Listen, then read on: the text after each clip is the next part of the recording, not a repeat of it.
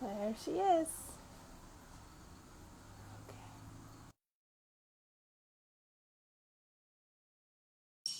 Okay. Working. Hello. Hey Megan, how's it going? Good. Can you hear me? I Are we can good? hear you great. Can you hear me? Yeah, I can hear you. Can you hear me now? Um, so today they mow the lawn and I forgot. So hopefully it won't be too noisy and loud and we can get through this before they come back through. Um, Well, it works out because for, I'm in a random parking lot at the doctor's office and I have like two bars and I'm like on roaming or something. So we'll see if this goes it's it's live. It's real life, right? This is the life through. of artists. It's not always fun in the studio. Um, so first, thank you for chatting with me again. I know we've done this multiple times now.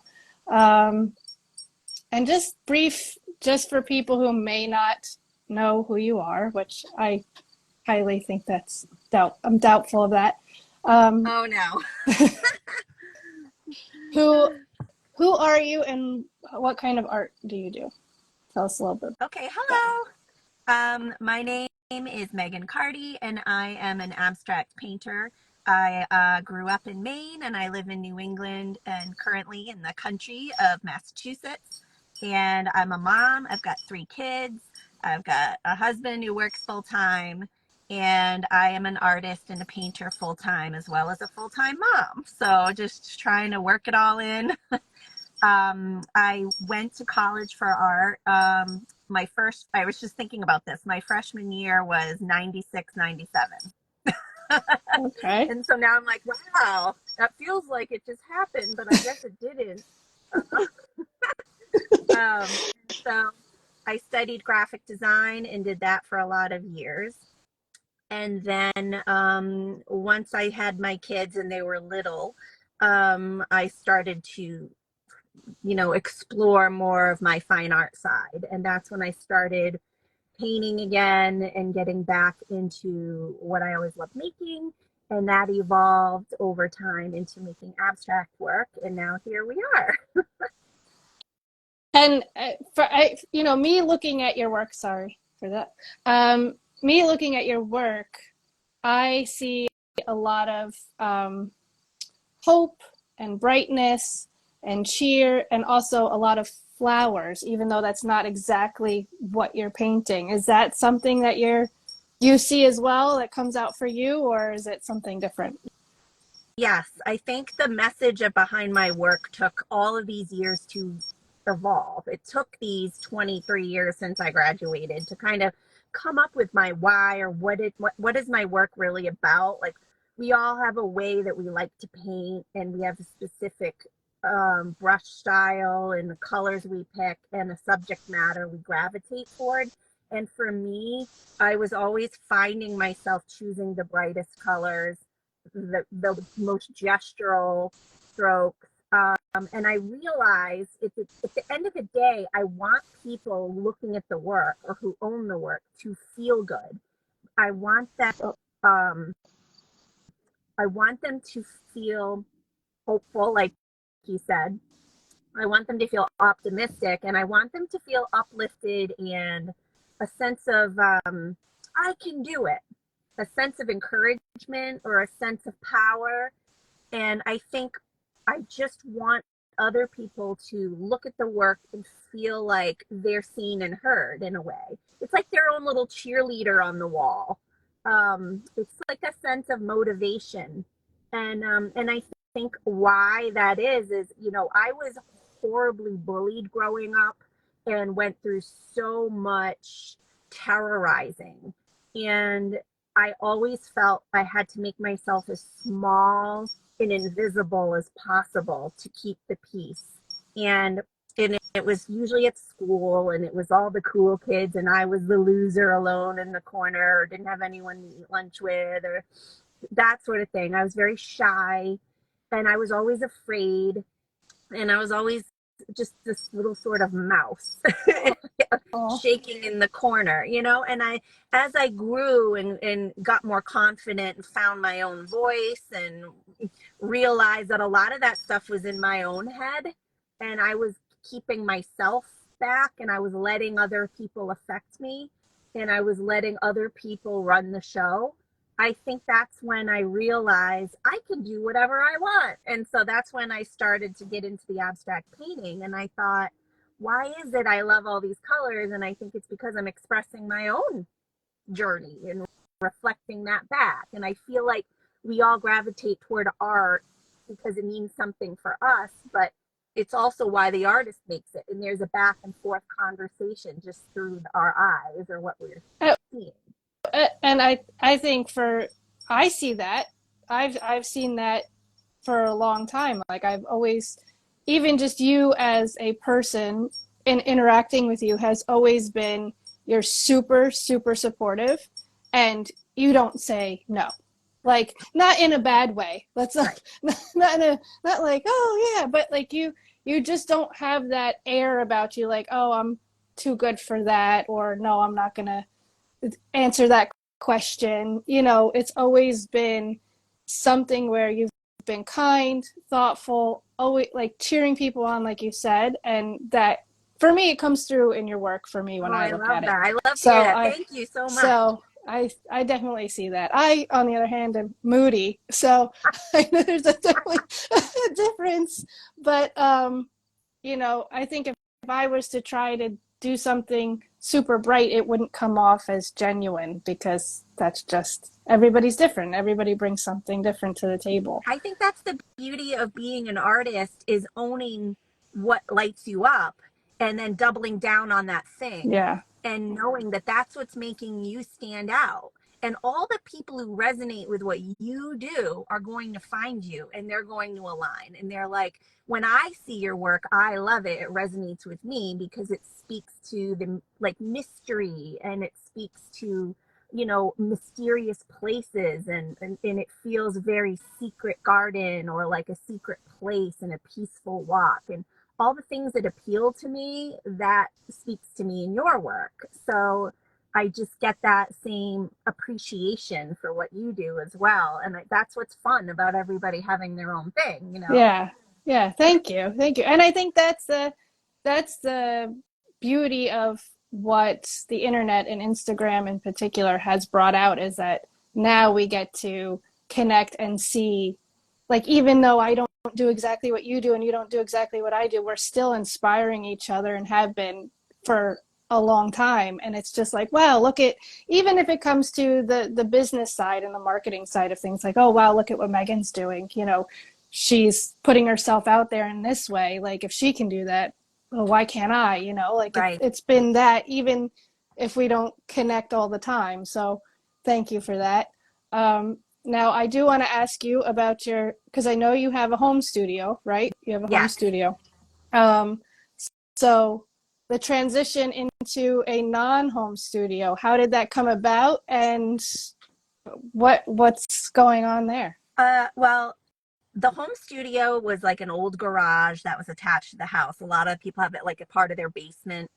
And it was sort of the people who lived there before us already built a new garage on the other side of the house. So it was this sort of empty space. So we decided to put walls in and some lighting, and it's been a really great space. And the thing that was limiting for me is the ceiling height. I can like touch the ceiling Oh, and okay. it becomes really difficult to work large. It's perfect if I were to work mid-size, like 24 inches, 2 feet, 3 feet, and then it starts to get really just Okay. too cumbersome to fit.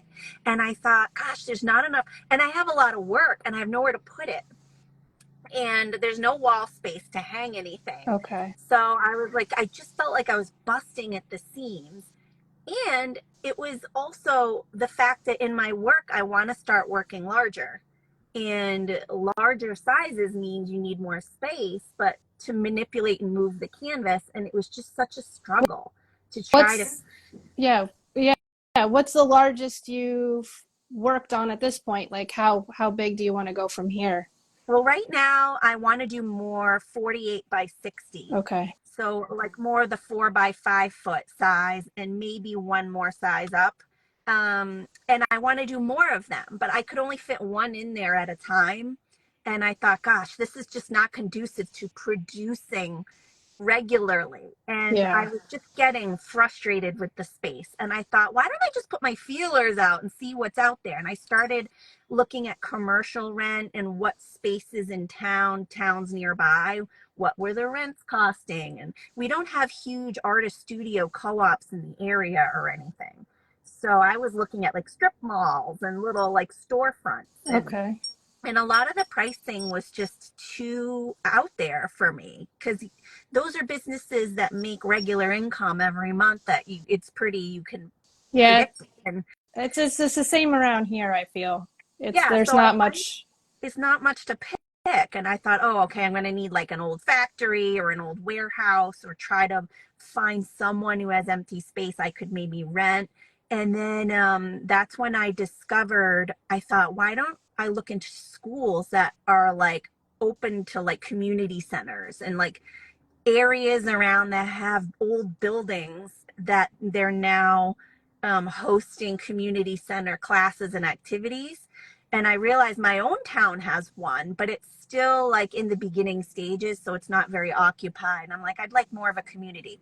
So my neighboring town has an old 1920s like school right on Main Street. And a lot of towns have these old schools that are either sitting empty, or they've been converted into a new use, Okay. or turned into community centers. So I reached out to that town's community center in this old school, and I said, I'm looking to rent a space somewhere, and I know you guys have some small businesses in your building. And she said, well, all the studios that are rented out, but we do have this one room that we've been using as a storage room, and I don't know if you'd want to see it. And I said, I'll come see it. And this was back in July.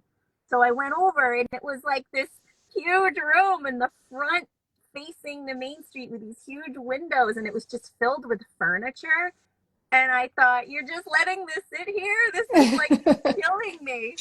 And so she's like, it's not the best, this and that. And I was like, are you kidding? This is what I've been like dreaming of, is these high ceilings, 1920s school. So it's got all the old chalkboards and the tin roof with all the beautiful pattern. and Oh, nice. and I thought, this is like what I'm hoping for, and the price was right.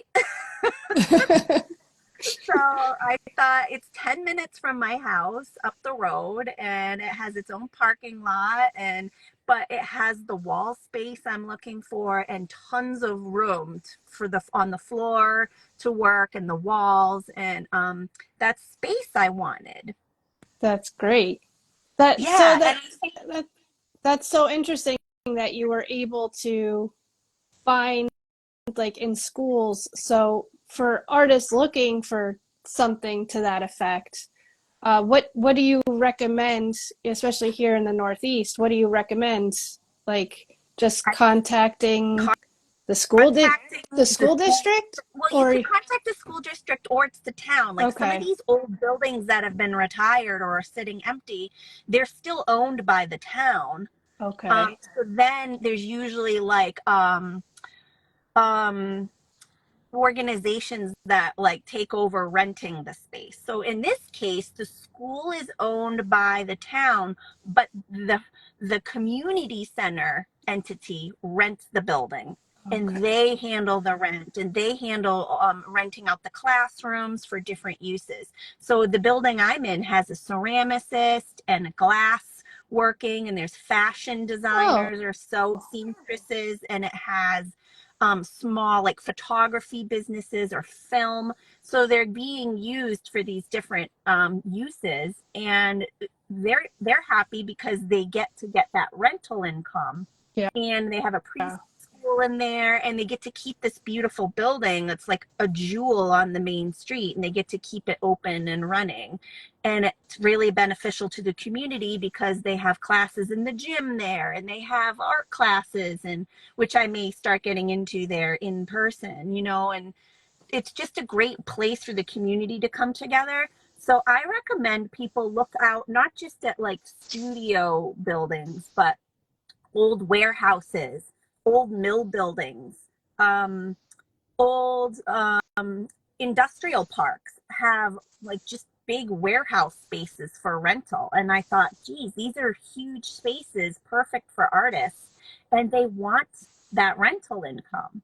So I Yeah. would think like thinking outside the box in your communities, but looking into these old buildings, or even I was looking to even look at the um, 60 plus community center, like the senior center. I was like, I wonder if they have extra room, because there's always someone looking, being willing to rent or share a space that people can come and Yeah. commute.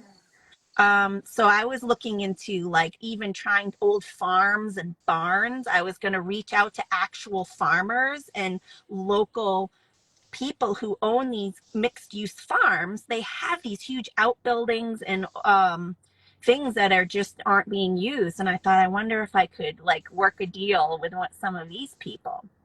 And I That would have think been really cool. kind of cool, right? That would have But been I cool. thought like the reason I wanted to do it too is, again, I'm trying to like expand and I'm trying to grow. And I thought if I always work smaller or I always stay one way, I'm never gonna like keep expanding my offerings. And I thought I just need to pull the trigger. I'm such a proponent of work with what you have. Like if it's the kitchen table, then it's the kitchen table or your kitchen counter. And then eventually I moved away from that because I was able to grow and expand and make space in my life. And you just sort of keep iterating Yeah. until you're comfortable. And then when you feel like you're getting crowded or you're outgrowing the space, that's the perfect time to go to that next step.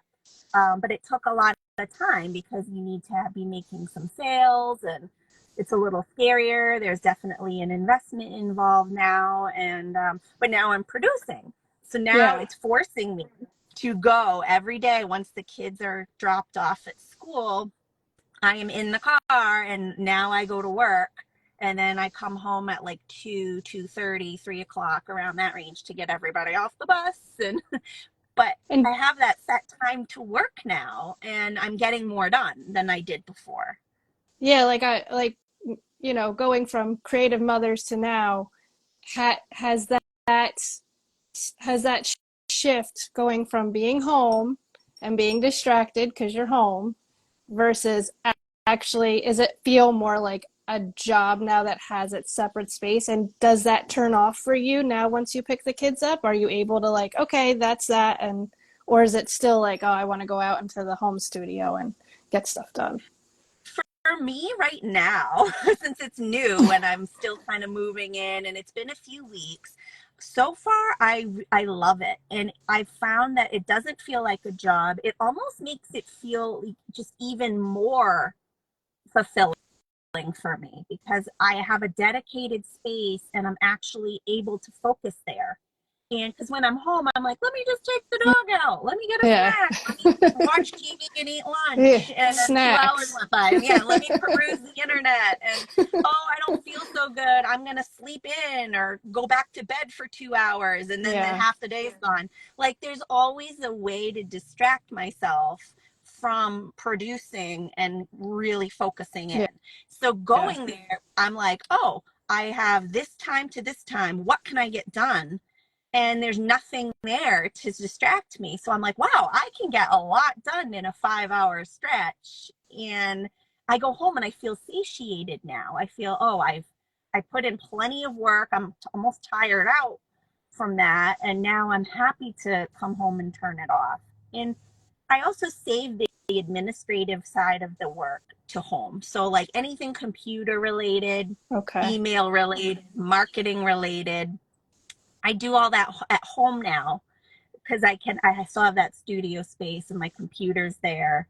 And it separates like any internet work or website work I can do at home. So the studio is just for making art. It's, So do you I'm so not do you want distracted. do you want them to fix the internet, or do you want them to just keep it the way it is so I'm you don't kind of get like, I distracted? like it the way it is.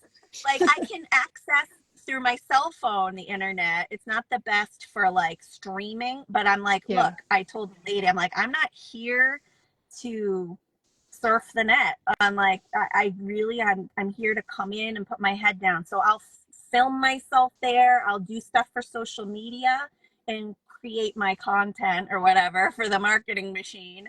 But then I can take that home with me and do anything related to that stuff at home on my phone or my computer there. And so it's a really nice balance of art making and then the business. And then I'm able to be there with my kids, listen to what happened in the day, and I'm not distracted, and I'm not like feeling like bitter or resentful that I didn't have time to create. Because now I have these set hours and it's my own fault if I didn't work. So That it's been a makes really nice sense. way. It really forces That's great. you to like show up. And before I was showing Yeah. up, but like let's be Yeah. honest, I was just like, oh, let me do all these other things. Yeah, exactly. There's lots of distractions at home. It's like, oh, like I have to force myself to go, the bathroom isn't that dirty. You don't need to clean it. Like thing though, the dishes can be left. You don't need to do it right this second. Give yourself time. And it's hard. It's hard because it's both our responsibilities, you know. You're trying to get things done and it's tough. It's like you have to force yourself to say no to that and get something done while the kids are at school. So Yeah, and I think definitely when you difficult. remove that barrier, you're able to say, oh, well, instead of thinking about stuff around the home, I'm thinking about my work. And I'm thinking, what can I do to make this project bigger or cooler or whatever? And so now I'm allowing myself to think bigger because I have that time and space. And I'm like, oh, well, now I'm not limited to the space in my house. I have all this room. What else can I do? So now it's like opening up more possibilities and I'm feeling more creative because I have that time set aside. I'm like, well, I don't have to try to fit it into the middle cracks of the day anymore. This is like my time to work. So I can take my time and I don't have to hurry and I don't have to cram and try to fit it in. And I Yeah. think that that's a really big change. And I think if you can swing it, I really recommend it. But like I said before, I was a huge proponent of just work with what you've Yeah. got and Yeah. try to limit those distractions. Yeah. It's tough. Yeah, it's doable though. A lot of you did it for a long time and now you've reached that point, which is great. And so to end this, what is on the horizon? Do you have any shows? Do you have any releases? What's on the horizon for you? Oh, awesome. Well, I do have a show coming up on October 20th.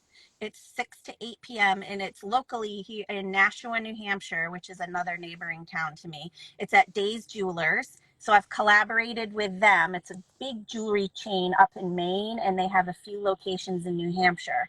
And I'm teaming up with them, and we're going to do a show of my sculptural abstract paintings. They're all based around my inspiration of Acadia National Park, and they're sculptural three-dimensional paintings that are displayed on panel. So I'm going to have those exhibited throughout the store on their wall space. We're going to have an opening, and then they'll hang all through the holidays. Oh, So that's awesome. it's exciting. It's another way to get my work out there that isn't just through like a gallery. We have very limited galleries here. There's not much in the area, so I've really had to get creative with how can I get the work seen. So I've been Yeah. going through local libraries that have gallery space or just anywhere that has wall space with people that pass through. So a friend of mine who works at the jewelry store. He said, you should have a show here. And I thought, really? You think? And he was like, oh my God, he has all these white walls. Why not? That's And he's like, we could make a thing awesome. of it. Have wine and people come try on jewelry and socialize and make a thing of it. And I thought, wow, that would be really fun. So again, for artists, I think that's another, tip is to think outside the box of where you could like, who could you team up with Yeah. to have a Yeah. space for the show and get people to come out and make it fun. So that's October 20th, and I'm excited. So I'm working toward that.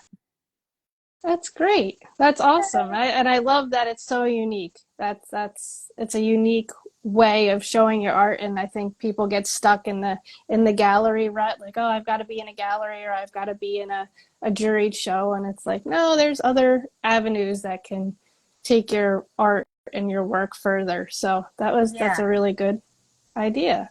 So, well, Yeah. thank Well, thank thank you. you very much Thanks for for doing having this. me. I really Of love getting to course. talk about art with I you. It's so I know, fun. I love it. I love it. And it's always good because it's you just always come with like ideas that I'm like, oh, I didn't even think of that. Like it's just so helpful. So thank you very much. Well, And your thank you for work giving is me a place to share beautiful. my thoughts. Yes, yes, Thank yes. And you. everybody who's been watching, go to Megan Carty Art, her profile, and look at her beautiful work and support her any way you can, sharing, going to the show if you're in the area. And I hope everything goes well in October. And thank you Awesome. again for doing this. Thank you so much. I really appreciate it. And let's keep in touch on for the next chat. Yeah, well, we'll definitely keep in touch. Thank you so much, Awesome. Megan. Thank you. You guys have a good one. You guys have a good day. Thanks. Bye. Bye.